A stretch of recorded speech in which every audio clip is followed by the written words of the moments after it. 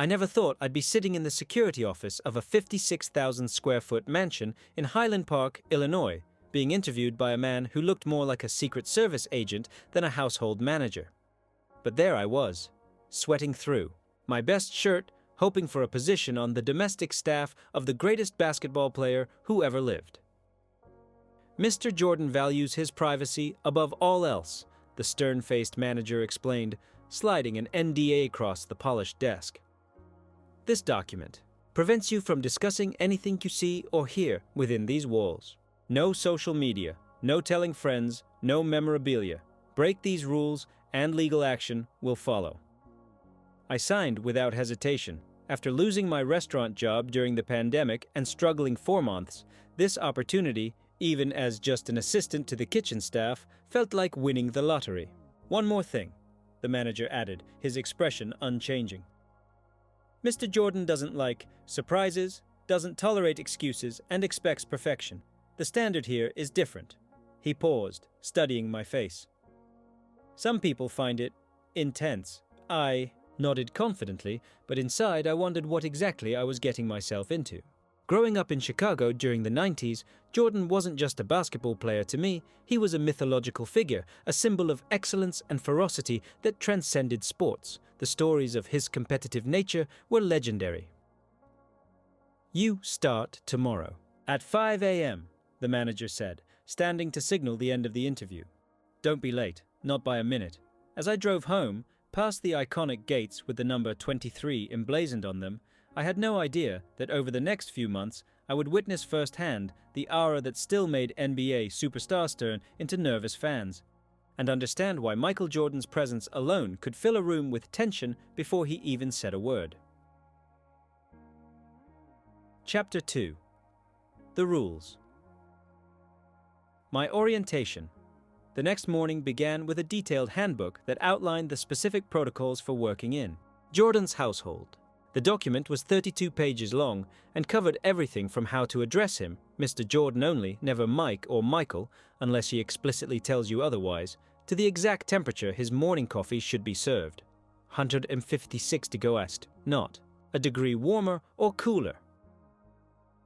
These aren't suggestions, explained Diane, the head of household staff who'd been with Jordan for 15 years. These are requirements. Mr. Jordan believes that discipline in small things translates to excellence in all things. The list of rules continued. Never make eye contact unless spoken to directly.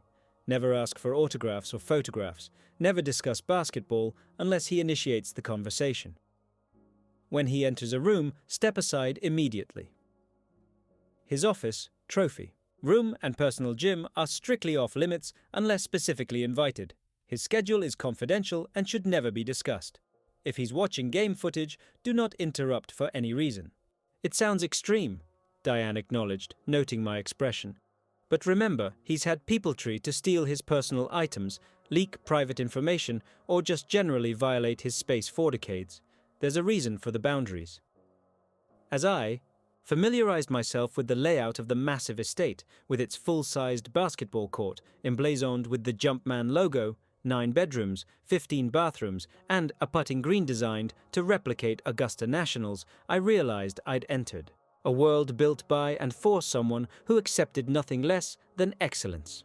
One last thing, Diane added as she concluded my orientation. Mr. Jordan arrives tomorrow from Florida. The energy in this house will change when he's here. Be prepared for that. I had no idea just how prophetic those words would be. Chapter 3. First Encounter.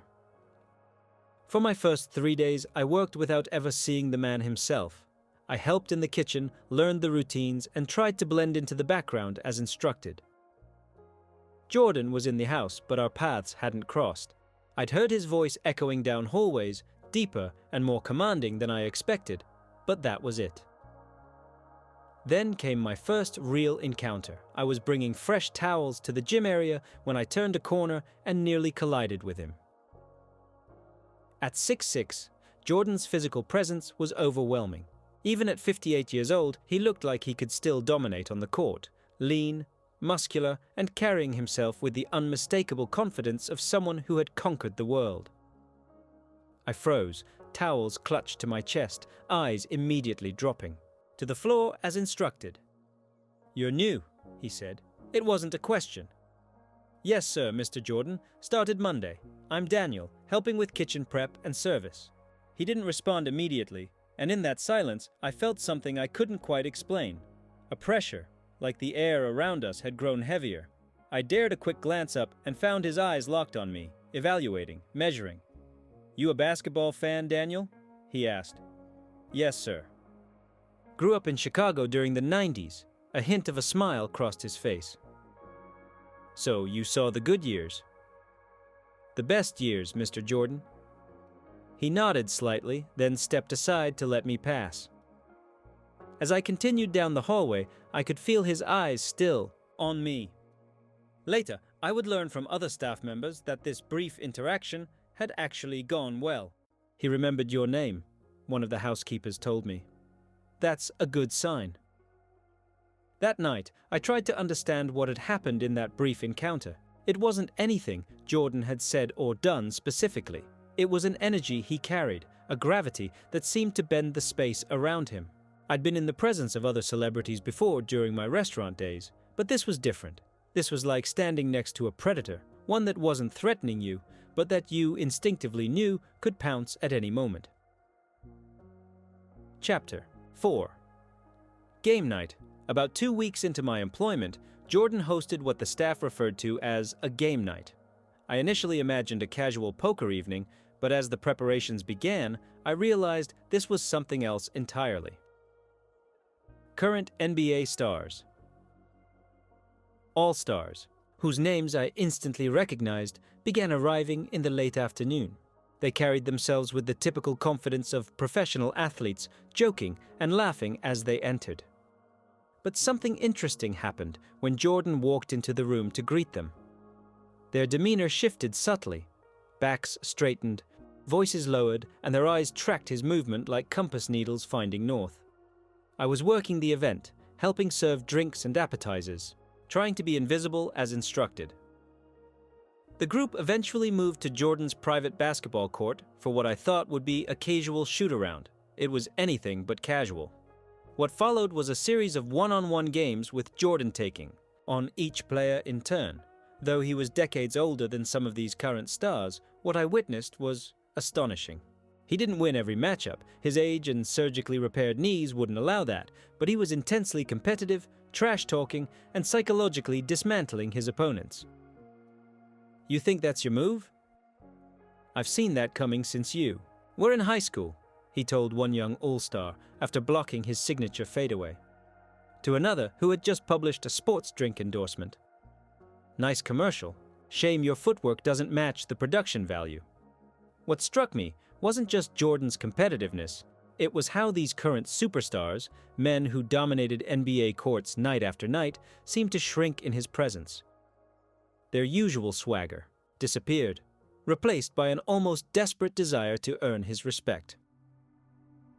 Later, as the players gathered for dinner, I overheard one of them, a guard who had recently signed a $140 million contract, tell his teammate, "Man, I couldn't even think." Straight with him watching. Kept hearing his voice in my head from when I was a kid. And that's when I began to understand the Jordan effect. It wasn't just his accomplishments or his fame, it was that he had become the measuring stick against which these players had judged themselves since childhood. They weren't just in the presence of a basketball legend, they were in the presence of the standard they'd been trying to live up to their entire lives. Chapter 5. The Trophy Room.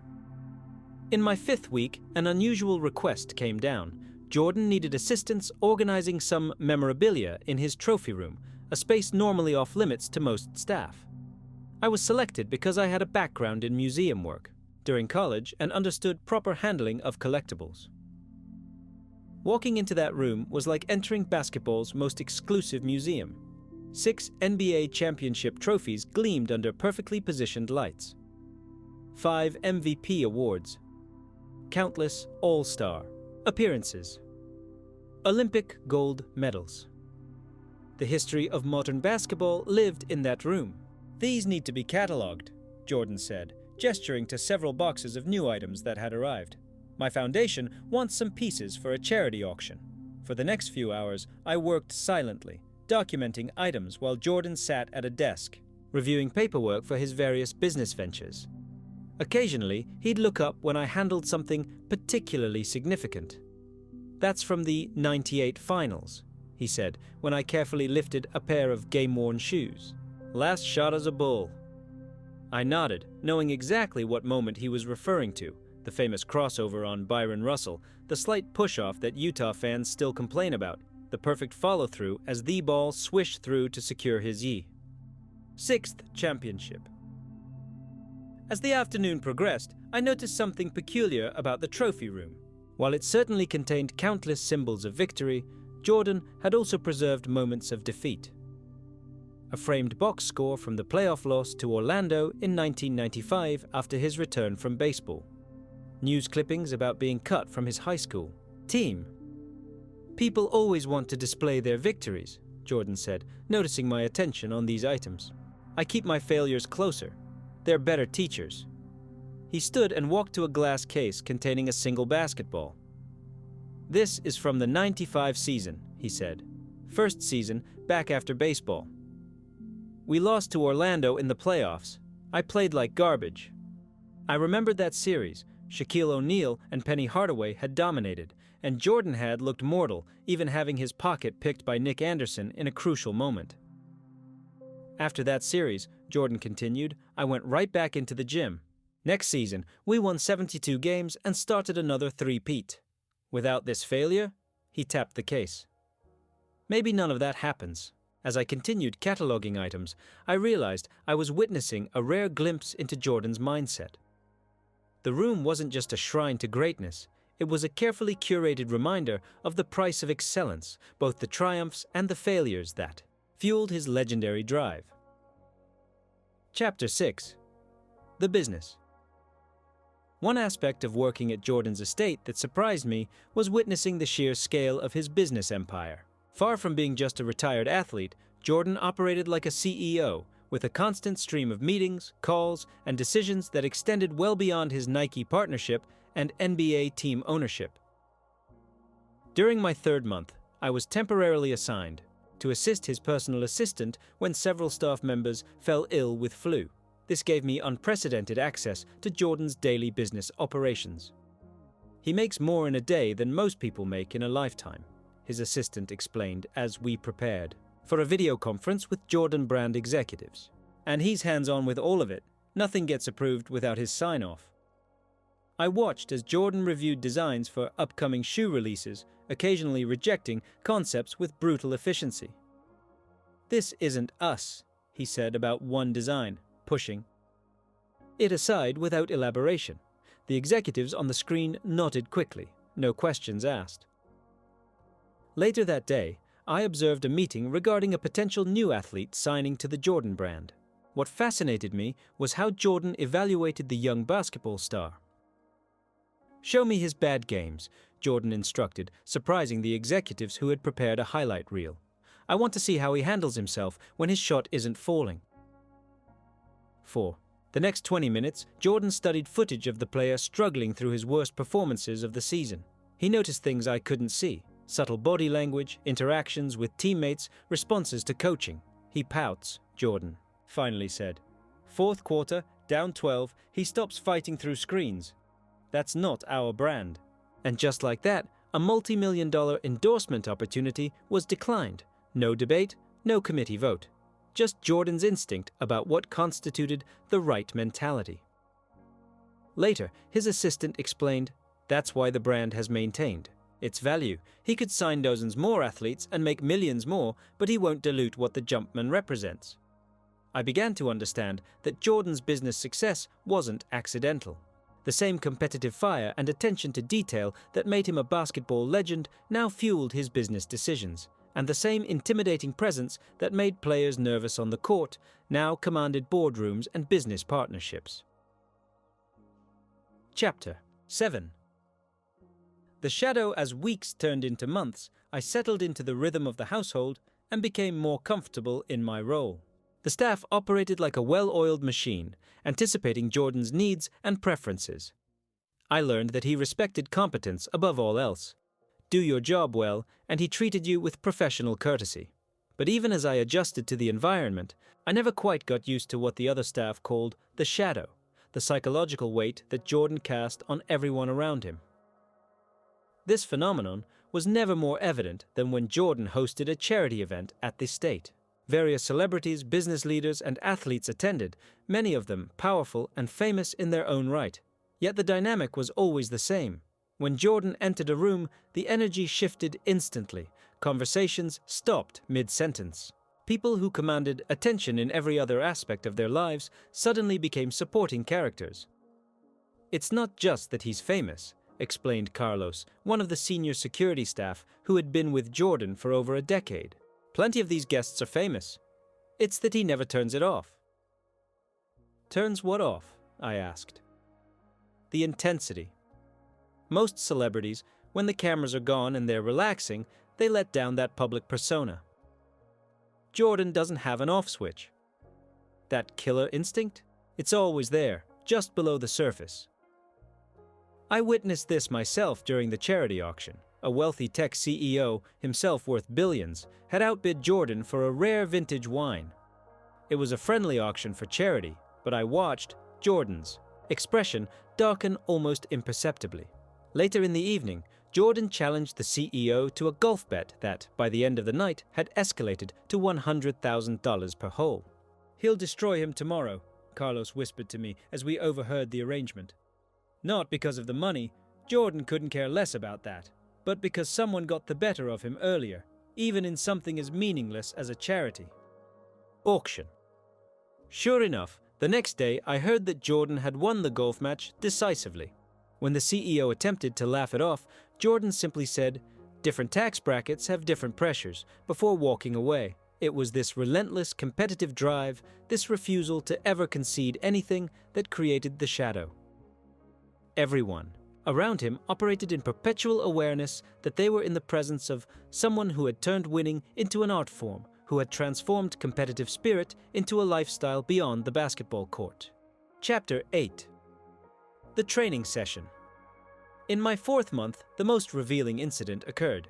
A young player from the Charlotte Hornets, the NBA team Jordan owned, came to the house for what was described as a mentoring session. The player, I'll call him Marcus, was a lottery pick who had tremendous athletic ability but had been inconsistent in his first 2 seasons. I was working in the kitchen area adjacent to the basketball court when they began. Through the connecting door, I could hear their conversation while preparing refreshments. "Show me your routine," Jordan instructed.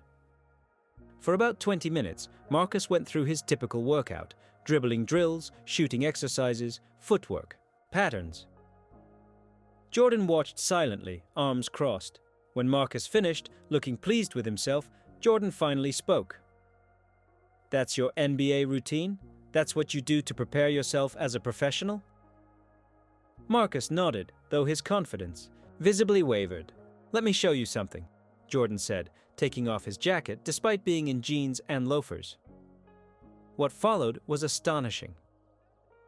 At nearly 60 years old, with arthritic knees and decades removed from his playing days, Jordan demonstrated a series of drills with such precision and focus that it was mesmerizing.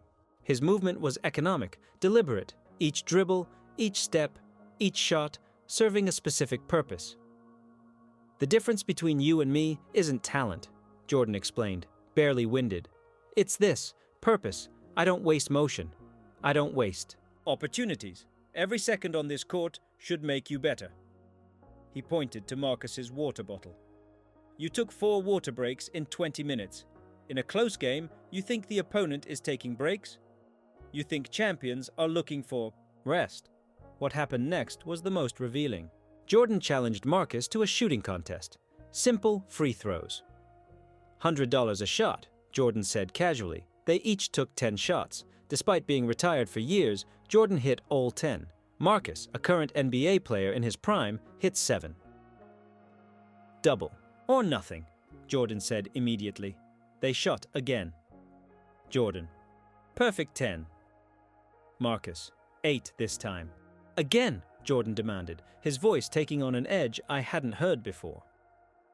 By the third round, Marcus was visibly nervous, the pressure mounting. He made only 6 shots. Jordan remained perfect. "You know what's happening, right?" Jordan asked. Afterward, as Marcus handed over the cash, now $4,000. "Your technique is fine, but the moment money came into it, the moment there were stakes, you changed. Your breathing changed, your shoulders tensed." He handed the money back to Marcus. "I don't need your money, but on the court, you need to understand. Everything has stakes. Every possession, every shot. The great ones perform under pressure because they never practice without pressure." After Marcus left, I entered to clean up and found Jordan still on the court, shooting free throws alone. He had to have sensed my presence, but he didn't acknowledge me for several minutes, focused entirely on the rhythm of his shots. "You know, what I saw in him," Jordan finally said, not looking away from the basket. "What's that, Mr. Jordan?" I replied, surprised he was speaking to me. "Talent without hunger. It's the worst combination in sports." He finally turned to face me. When it played, they called it killer instinct. Now they call it toxic or too intense. But you know what? The game doesn't care what you call it. The scoreboard doesn't care about your feelings. He sank one final shot and walked toward the exit. Remember that, Daniel. Whatever you do in life, the scoreboard doesn't lie. Chapter 9. The collection. As my 6-month contract neared its end, I was given one final significant assignment. Jordan was reorganizing his massive sneaker collection, reportedly worth millions, and needed assistance inventorying the thousands of pairs, many of which were one-of-a-kind prototypes or game-worn originals. The collection occupied a climate-controlled room larger than most apartments. Rows upon rows of meticulously arranged shoes, organized chronologically, told the story of not just Jordan's career, but the evolution of basketball footwear and culture. "Each one has a story," explained Jordan's personal archivist who had been brought in to supervise the project. Mr. Jordan remembers exactly which games he wore specific pairs in, every significant moment, every record, every championship. As we worked through the collection, Jordan himself would occasionally stop by to provide context for certain pairs. He didn't interact much, mostly observing our work, but when he did speak, it was always with remarkable precision about details from decades ago. "Those were Game 5 against Portland, 92 finals," he said, pointing to a pair of Jordan 7s. "First half only. Changed at halftime because the left shoe was pinching my toe."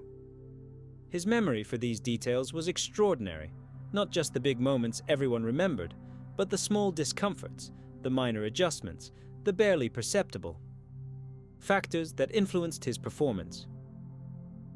During one of these sessions, I noticed a special section of the collection separated from the rest. Shoes that weren't Air Jordans at all, but competitors' brands.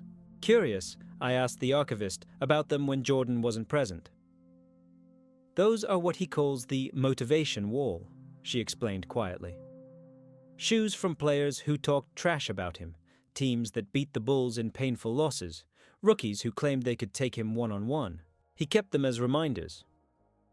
Later that day, I saw Jordan standing in front of that section, staring at a pair of Converse with an intensity that was almost unsettling. I tried to make myself invisible, focusing on my inventory list, but he sensed my presence. "These belonged to Larry Bird," he said without turning around. 1986 playoffs. He dropped 63 points on us. I was a second-year player. After the game, he said I might be God disguised as Michael Jordan, but they still swept us. He turned to face me. "Know why I keep these?" I shook my head. "Because even when people praise you, there's usually a but that follows. Great game, but you lost. Amazing player, but not a champion yet. I learned to hear what comes after the but. That's where the real challenge is." In that moment, I glimpsed something profound about Jordan's psychology, how he transmuted Devin compliments into fuel for his competitive fire, how he catalogued every slight, real or perceived, and converted it into motivation. It wasn't just about winning. It was about proving something, constantly, relentlessly. Even decades after he had seemingly proven everything there was to prove. Chapter 10. The last day. On my final day, I was completing my closing tasks when I received a message that Jordan wanted to see me in his office, a place I had rarely been permitted to enter. My heart raced as I knocked on the imposing double doors. "Come in," came the familiar deep voice. Jordan sat behind a massive desk, the Chicago skyline visible through floor-to-ceiling windows behind him.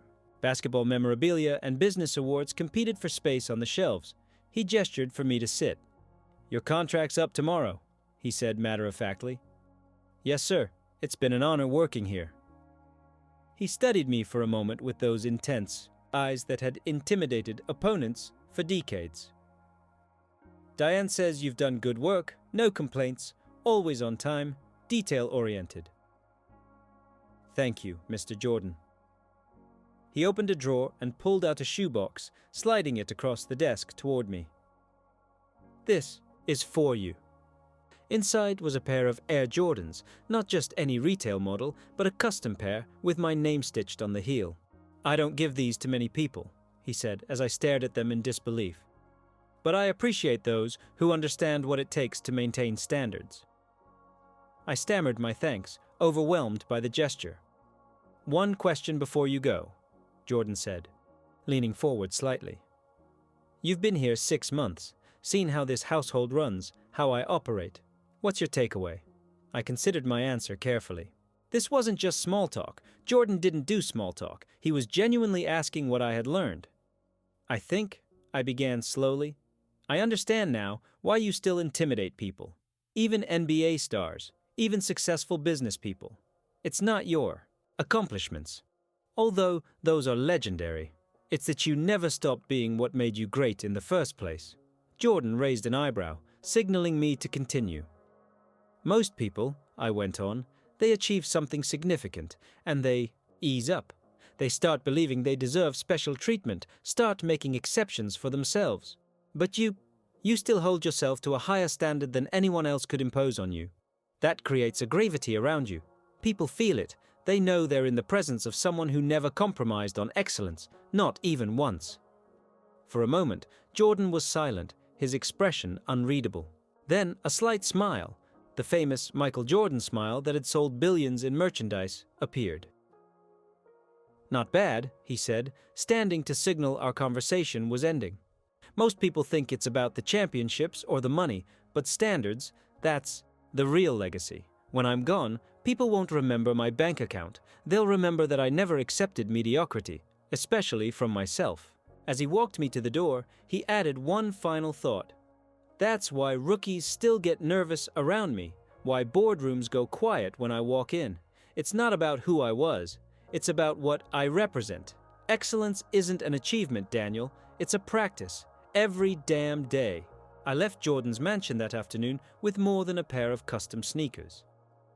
I left with an understanding of what creates the aura around legendary figures like Michael Jordan. It isn't mystical or mysterious. It's the tangible presence of uncompromising standards, of a competitive fire that decades of success never extinguished. In a world where most people look for shortcuts and compromises, Jordan's shadow looms large because he remains the living embodiment of a simple, difficult truth. Greatness isn't what you achieve. It's what you demand. From yourself, first and always.